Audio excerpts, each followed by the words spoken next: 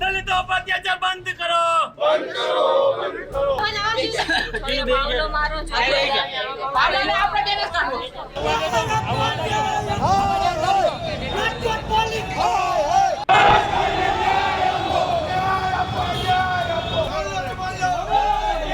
આ દ્રશ્યો રાજકોટ સિવિલ હોસ્પિટલના છે। રાજકોટ શહેરના 150 ફૂટ રિંગ રોડ પર જૂની અદાવતમાં 6 શખ્સોએ કુલ્હાડી અને પાઇપના ઘા મારી અને એક વ્યક્તિને પતાવી નાખ્યો। વ્યક્તિનું નામ છે ભાવેશ વાણવી અને એ જ્યારે ત્યાં સમાધાન માટે ગયા ત્યાં બબાલ શરૂ થઈ। બબાલ કર્યા પછી કારમાં એનું અપહરણ કરી અને 1 કિલોમીટર દૂર લઈ જઈ અને ગ્રીન સિટી પાસે લઈ જઈને ફેંકી દીધા।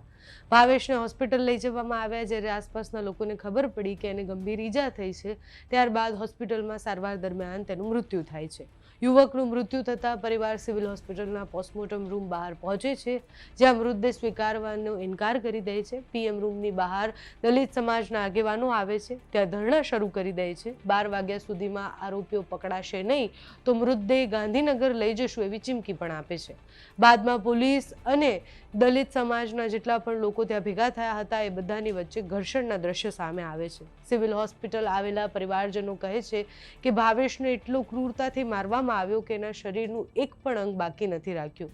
સુદબુદ ખોઈ ગયેલા એ પત્ની એવું કહે છે કે મને કશું જ નથી જોતું, એક કામ કરો મને પણ મારી નાખો, મને મારો ભાવલો જોઈએ છે।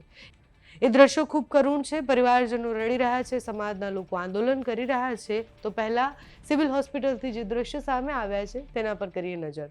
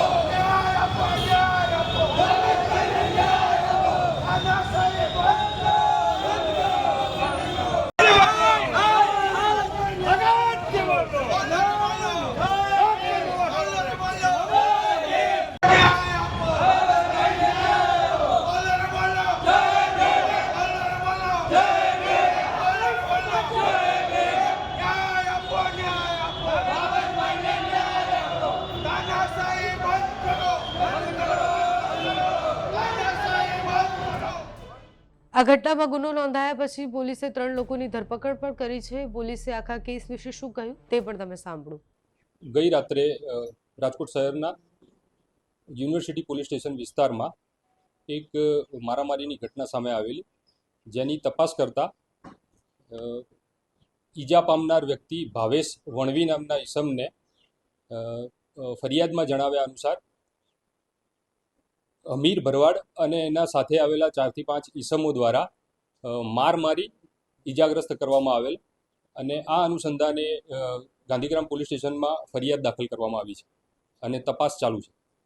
મેં જણાવ્યું પ્રમાણે રાત્રે એને સિવિલ હોસ્પિટલમાં એડમિટ કરેલો, બાદમાં આજે વહેલી સવારે ડૉક્ટરોએ તેને ફરજ પરના ડૉક્ટરોએ ઈજા પામનારને મરણ જાહેર કરેલ છે। ફરિયાદમાં મરણ જનારના મિત્ર દ્વારા ફરિયાદ આપવામાં આવી છે અને ફરિયાદમાં જણાવ્યા મુજબ મરણ જનાર અને આરોપી વચ્ચે શેરડીના રસના ચીચોડા બાબતે કોઈ મનદુખ ચાલતું હતું અને એના કારણે આ બનાવ બનેલાનું પ્રાથમિક રીતે જણાય। આરોપીને પકડવા માટે શહેર પોલીસની અલગ અલગ ટીમો કાર્યરત છે। પોલીસ સ્ટેશનની સ્થાનિક ટીમ, એ ઉપરાંત ઝોનની એલસીબીની ટીમ અને ડીસીબીની અલગ અલગ ટીમો, ક્રાઇમ બ્રાન્ચની અલગ અલગ ટીમો આરોપીને ઝડપવા માટે પ્રયત્નશીલ છે।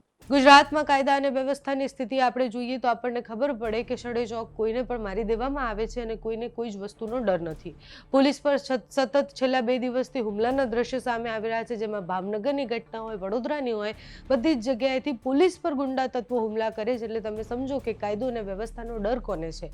કોઈને પણ જૂની અદાવત હોય કે પછી નાનામાં નાની વસ્તુના કારણે મારી નાખવામાં આવે છે અને પછી એવું કહેવામાં આવે છે કે આ લોકોના વરઘોડા નીકળશે।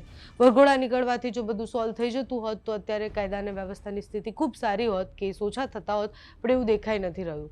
રાજકોટ, અમદાવાદ, વડોદરા જેવી મેગા સિટી જેટલી પણ છે ત્યાંથી તો રોજ એવા દ્રશ્ય સામે આવે છે જેમાં નાની નાની વાત પર લોકોને મારી દેવામાં આવે છે।